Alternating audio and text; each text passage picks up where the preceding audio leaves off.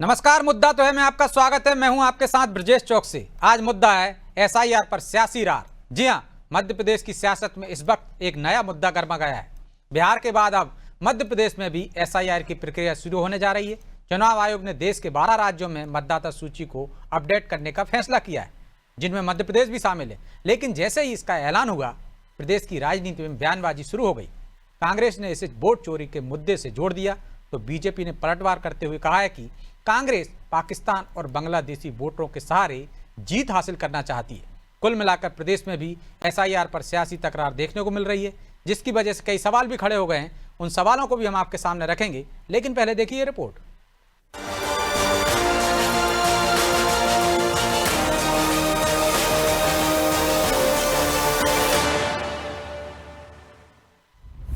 मध्य प्रदेश में भी होगा एसआईआर पर फिर भड़की सियासी आग। बिहार के बाद अब मध्य प्रदेश में भी एसआईआर यानी स्पेशल इंटेंसिव रिवीजन की प्रक्रिया शुरू होने जा रही है। चुनाव आयोग ने देश के 12 राज्यों में एसआईआर करवाने का ऐलान किया है, जिसमें से एक मध्य प्रदेश भी है। अब जैसे ही ये घोषणा हुई, प्रदेश की राजनीति में भूचाल आ गया। एसआईआर को लेकर प्रदेश कांग्रेस अध्यक्ष जीतू पटवारी ने कहा कि ये चुनाव आयोग और बीजेपी का डरावना प्रयास है। कांग्रेस देश, संविधान और लोकतंत्र की रक्षा के लिए दृढ़ संकल्पित है।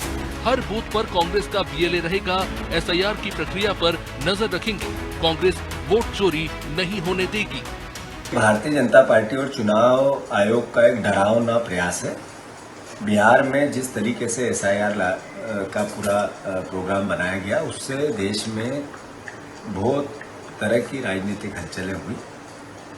जिंदा लोगों को मार दिया गया, 65 लाख वोट हटा दिए गए। सुप्रीम कोर्ट ने निर्देश दिए कि क्यों हटाए, इसके कारणों को सार्वजनिक किया जाए। आज तक चुनाव आयोग ने नहीं किया। एसआईआर के माध्यम से लोकतंत्र को कमजोर करना चाहते हैं कि एसआईआर की ये जब प्रयास करे तो कांग्रेस सजग रहे और हम हर बूथ पे आप बीएलए बनेगा और वो निर्वाचन की पूरी प्रक्रिया में अपने आप को जोड़ के रखेगा और चोरी वोट की नहीं होने देगा। बिहार में जब एसआईआर की प्रक्रिया शुरू हुई थी, तब भी जमकर राजनीतिक घमासान हुआ था। मामला सीधे सुप्रीम कोर्ट तक पहुंचा था और अब वही कहानी, वही सियासी बवाल प्रदेश में भी देखने को मिल रहा है। इधर कांग्रेस के आरोपों पर बीजेपी ने कहा कि एसआईआर बहुत अच्छी प्रक्रिया है, अवैध नागरिकों के नाम काटे जाएंगे। कांग्रेस पाकिस्तान और बांग्लादेशी वोटों से चुनाव जीतना चाहती है। एसआईआर से कांग्रेस के मंसूबों पर पानी फिरने वाला है, इसलिए कांग्रेस इसका विरोध कर रही है। निर्वाचन प्रक्रिया में केवल और केवल भारत के नागरिकों को ही मतदान का अधिकार होना चाहिए। इसीलिए निर्वाचन आयोग द्वारा बिहार में एसआईआर किया गया, जिसमें अवैध नागरिकों के नाम बड़े पैमाने पर मतदाता सूची से काटे गए। अब इसी तरह से एसआईआर के दूसरे चरण में मध्य प्रदेश और छत्तीसगढ़ में भी मतदाता सूचियों का पुनरीक्षण होगा। ये बहुत अच्छी प्रक्रिया है। जो अवैध नागरिक भारत के मतदाता बने बैठे हैं, उनके नाम काटे जाएंगे। ऐसे में कांग्रेस जैसी पार्टियां जो पाकिस्तानी और बांग्लादेशियों के वोटों के आधार पर चुनाव जीतना चाहते हैं, उनकी बेचैनी स्वाभाविक है। प्रदेश में पिछली बार एसआईआर 2003 में हुआ था, तब मतदाताओं की संख्या करीब 3 करोड़ 77 लाख थी और अब 2025 में फिर एसआईआर होने जा रहा है। अभी वोटर्स की संख्या करीब 5 करोड़ 65 लाख है। लेकिन अब सवाल ये है कि इस पर हो रही राजनीति के आखिर मायने क्या है? क्या कांग्रेस फिर से अपने वोट चोरी समेत अन्य मुद्दों को इसके बहाने धार दे रही है? और बीजेपी का ये दावा कितना सही है कि कांग्रेस फर्जी वोटों से जीती आई है? खैर, सवाल कई है, लेकिन एसआईआर पर शुरू हुआ ये सियासी घमासान कहां तक जाएगा, ये देखना दिलचस्प होगा। ब्यूरो रिपोर्ट, अनादि टीवी।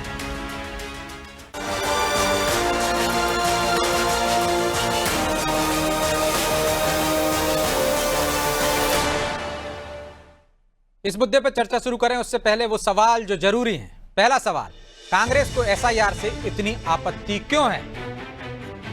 दूसरा सवाल, बीजेपी को ऐसा क्यों लग रहा है कि कांग्रेस फर्जी वोटर से चुनाव जीतना चाहती है? तीसरा सवाल, आखिर एसआईआर पर शुरू हुई इस सियासी घमासान के मायने क्या है?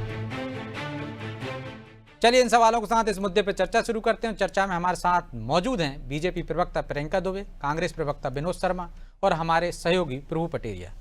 प्रियंका जी, विनोद जी, बहुत बहुत स्वागत है आपका। और प्रियंका जी, शुरुआत आपसे ही करते हैं। आपने जीतू पटवारी जी को सुना, कह रहे हैं कि ये डरावना कदम है। आप लोग एसआईआर के जरिए जो जिंदा लोग हैं उन्हें मृत बता देते हैं, फर्जी वोटिंग कराते हैं और लोकतंत्र को कमजोर करने की साजिश है आप लोगों की। ब्रजेश जी, सबसे बड़ी बात तो ये कि ऐसी बातें कर कौन रहे हैं जिन्होंने सदैव लोकतंत्र की मर्यादा को तार तार किया। बूथ कैप्चरिंग जैसे लोग जो कह सकते घटनाएं जिनके कार्यकाल में घटती थी, बंदूक और कह सकते पूरी फोर्स की छावनी बनती थी, तब जाके चुनाव हो पाते थे, वो भी बहुत मुश्किल से होते थे। चुनाव जब अयोग्य या कह सकते हैं गलत साबित कर दिया जाता था, कोर्ट जब उसे अमान्य घोषित कर देती थी तो आपातकाल लगा दिया जाता था। और तो और सोनिया गांधी जी की, राजेश खन्ना जी की फोटो तो आप लोगों के माध्यम से पूरे देश ने देखी है कि किस तरीके से मतदाता गोपनीयता से मतदान करते थे। ऐसे लोग जब एसआईआर पे सवाल खड़े करते हैं तो बड़ा अजीब लगता है और हास्यास्पद लगता है। और एक पुरानी हमारे यहाँ पे दोहा कहा जाता है कि जाकी रही भावना जैसी प्रभु मूरत देखी तिन तेसी। तो जो लोग जैसा करते आते हैं, कहते हैं कि जैसे नजर है वैसे नजरिया हो जाता है। जो लोग जो करते आए हुए होते हैं उनको ऐसा लगता है कि सारा तंत्र उसी प्रकार से चल रहा है और उसी तरह से दुरुपयोग हो रहा है। तो उनका जो कहना है तो उनके कार्यकाल में घटित होता था, वो अपने अनुभव के हिसाब से जीतू पटवारी जी कह रहे हैं। तो और आपको हालांकि लगता है ऐसा कि बांग्लादेशी पाकिस्तानियों के वोटर से वो जीत जाएंगे? ये पहली बार लग रहा है। एक बात बताइए, बिहार का डेमोग्राफी जिस प्रकार से परिवर्तित हुआ, साथ ही केरल के डेमोग्राफी के ऊपर तो सीपीआई के नेता जो है वीएस अच्युतानंद जी ने खुद ने ये बात सवाल खड़े किए थे 2010 में। ये मैंने किए, वो भी इनके नेता। अशोक गहलोत जी जो इनके खुद के राजस्थान के पूर्व सीएम रहे हैं, वो खुद एसआईआर का सपोर्ट कर रहे हैं। केएन राजन्ना जी ने एसआईआर के फेवर में बयान दिया तो इन्होंने उनको निष्कासित कर दिया। तो ये हम नहीं कह रहे, एसआईआर के फेवर में तो खुद सुप्रीम कोर्ट कह रहा है, जिसपे इनको विश्वास रखना चाहिए।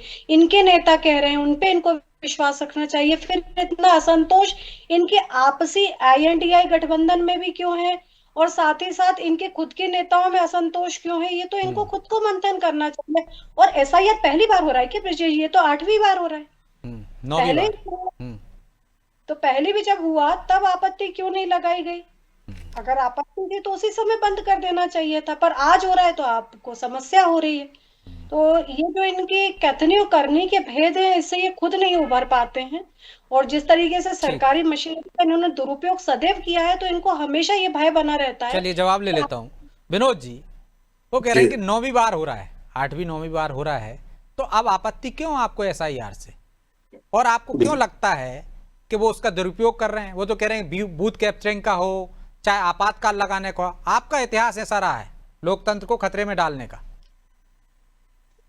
ब्रजेश जी, आपको बहुत बहुत नमस्कार, आपके दर्शकों को नमस्कार, प्रभु भाई साहब को नमस्कार, और हमारी भारतीय जनता पार्टी की बहुत सुयोग्य प्रवक्ता प्रियंका जी को भी मेरा बहुत बहुत नमस्कार। ऐसा है ब्रजेश जी कि यदि कांग्रेस पार्टी की मन में धारणाएं गलत होती तो चुनाव आयोग जैसी संस्था क्यों बनती? कांग्रेस पार्टी ने देश के लोकतंत्र को जब बनाया, संविधान को जब बनाया, संविधान को बनाने के साथ साथ उसने देश को एक चुनाव आयोग दिया जो कि 25 जनवरी 1950 में उसका गठन हुआ। एक बार, 2 बार, 9 बार जो भी है, एसआईआर ठीक है, चुनाव आयोग करे, करना चाहिए, मैं ये नहीं बोल रहा हूं। आप ये सोचिए कि सुप्रीम कोर्ट को बार बार टिप्पणी करनी पड़ रही चुनाव आयोग के ऊपर। चुनाव आयोग तो टीएन शेषन जैसे भी हुए हैं और पूरे 6 साल का कार्यकाल पूरा किया।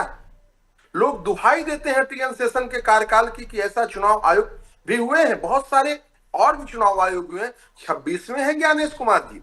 अब चुनाव आयुक्त की प्रक्रिया ही जिस प्रकार से बदली गई, सुप्रीम कोर्ट के जज को वो करके गृह मंत्री को शामिल करना, आपके अंदर मन में जो कपट है, एक तरफ कहते हो कि बंगाली आ जाएंगे, एक तरफ कहते हो पाकिस्तानी आ जाएंगे।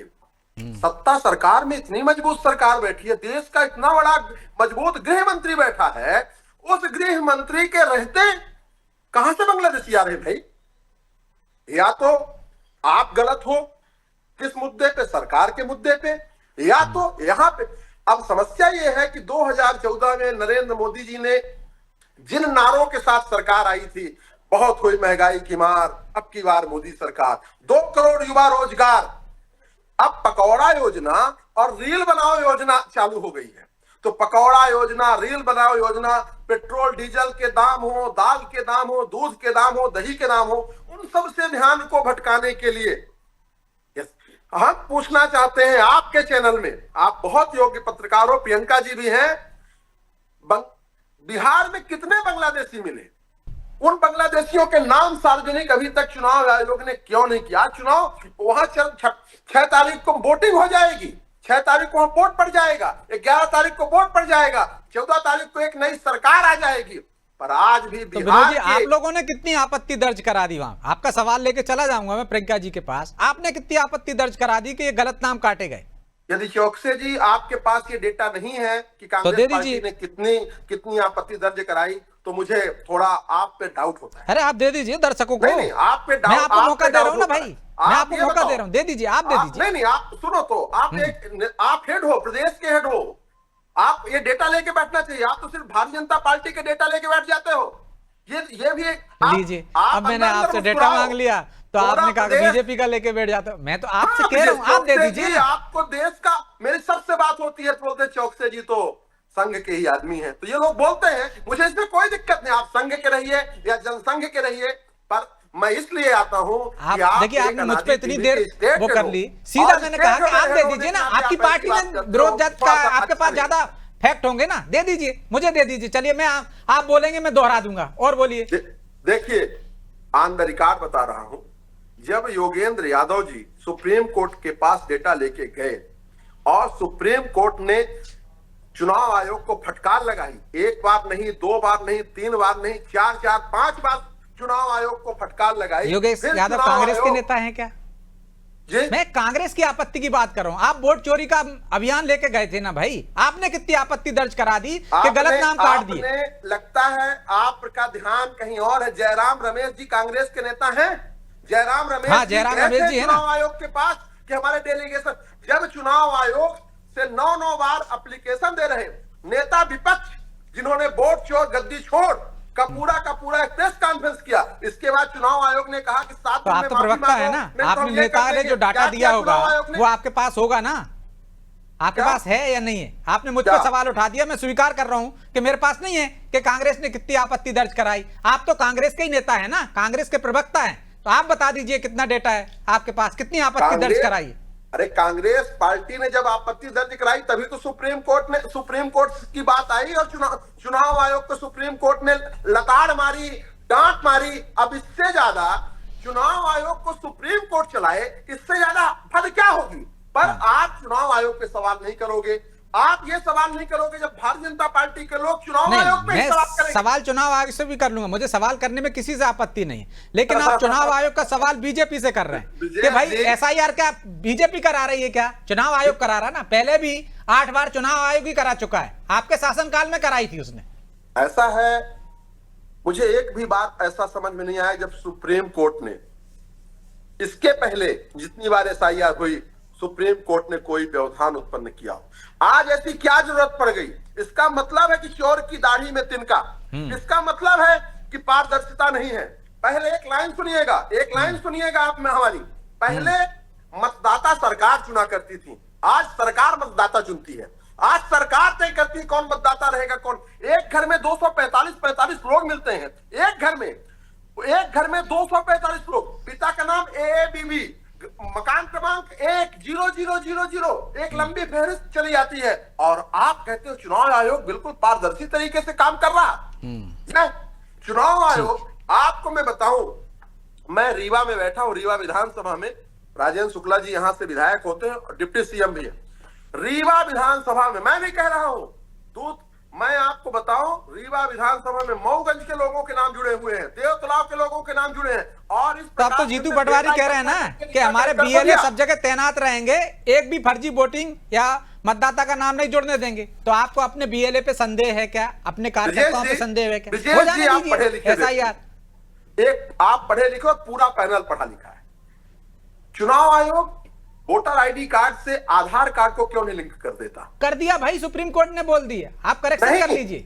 जब हो गया, सुनिए तो आधार सुप्रीम कार्ड को कोर्ट मान्य कर दिया। बहुत बहुत धन्यवाद कि आपने स्वीकार किया कि सुप्रीम कोर्ट के बोलने के बाद चुनाव आयोग ने इतनी बड़ी गलती सुधारी।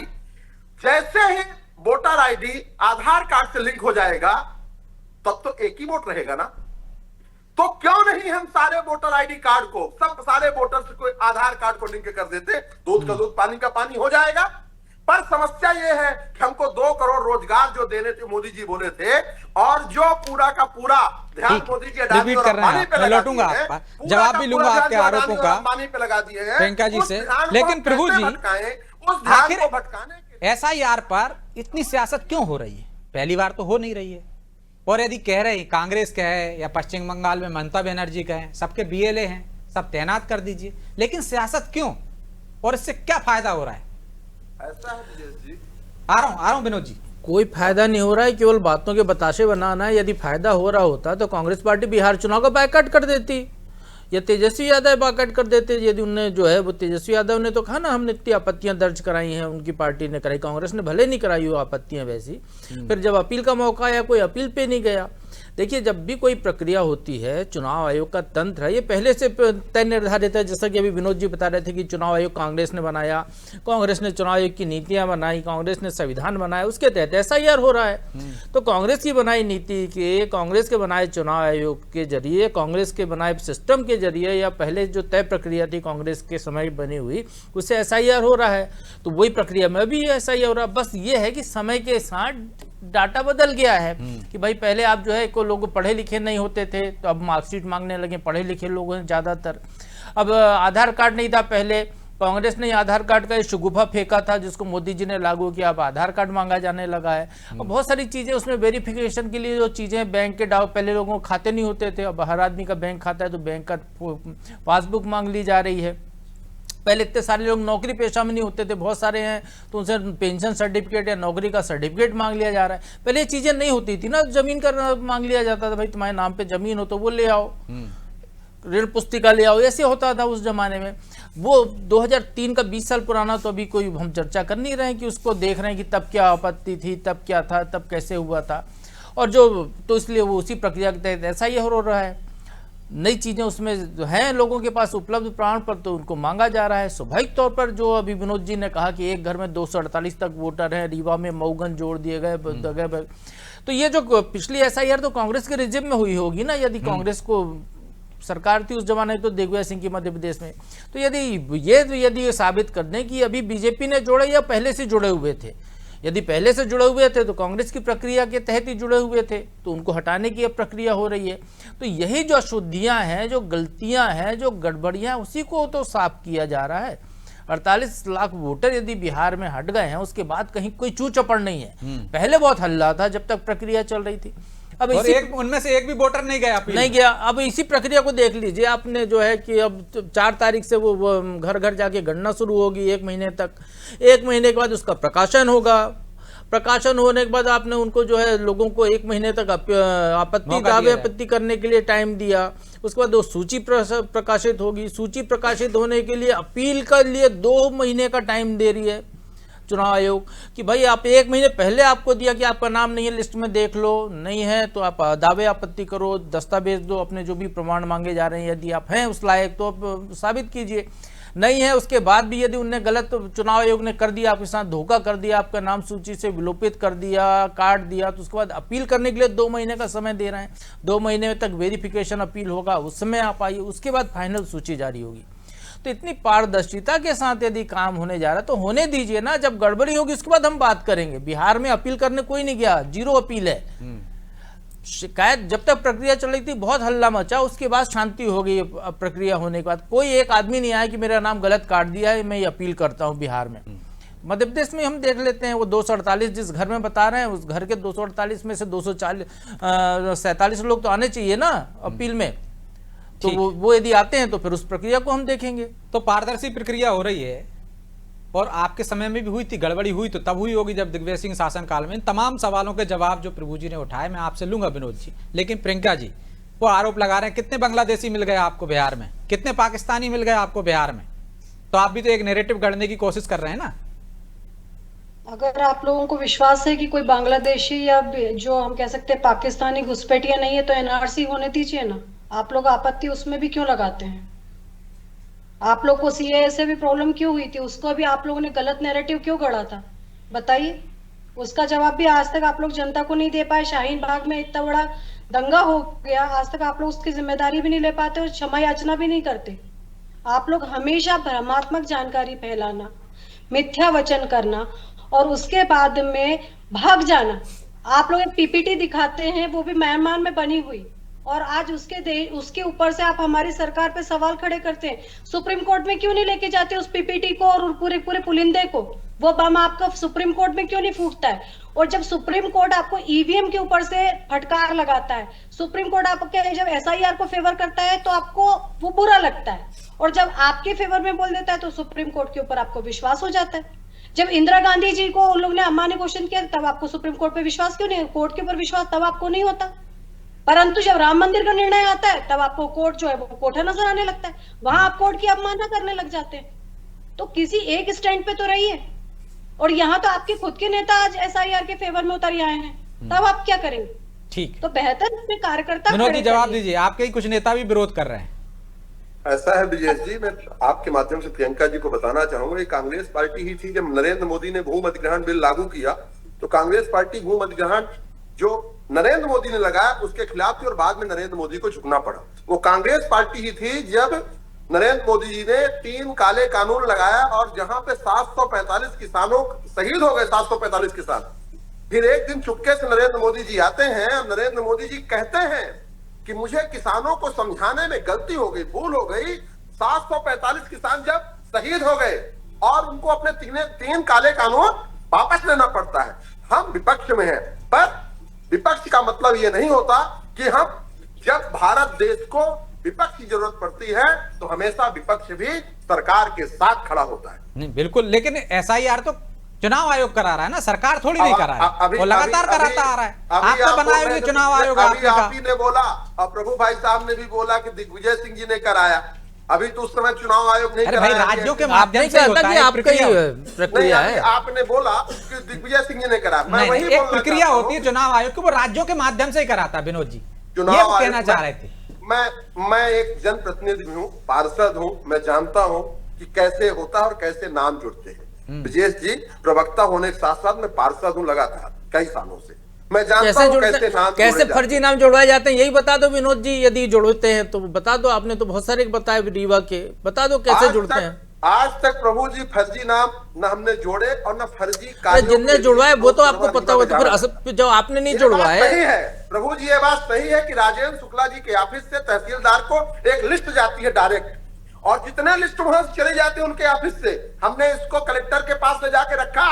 उस समय तत्कालीन कलेक्टर रीवा कलेक्टर एसएम रूपला जी थे, और रूपला जी के पास वो पूरी लिस्ट हम ले जाके रखे, और रूपला जी ने मुंह फाड़, अरे ऐसा कैसे? अच्छा विनोद जी अभी कटवा देना वो नाम, फिर मान जाएंगे आपको। अभी कटवा देना, अभी एसआईआर की प्रक्रिया शुरू होगी ना, अब कटवा देना और बता देना। उसके बाद हमारी डिबेट में आगे कि भाई ये देखो ये फर्जी थे, हमने कटवा दिए। प्रभु जी आज आपसे प्रॉमिस कर रहा हूं, आपके चैनल में आप याद रखना, बड़े भाई हो, यदि रीवा विधानसभा से 20,000 नाम 20,000 नाम नहीं कटवाए तो फिर तो अच्छी हो गई ना, तो एसआईआर तो फिर तो अच्छी हो गई ना, कि हो जाने दीजिए। आपको कहना चाहिए अच्छा है, हम नाम कटवा देंगे फर्जी जोड़े। स्वागत करो उसका।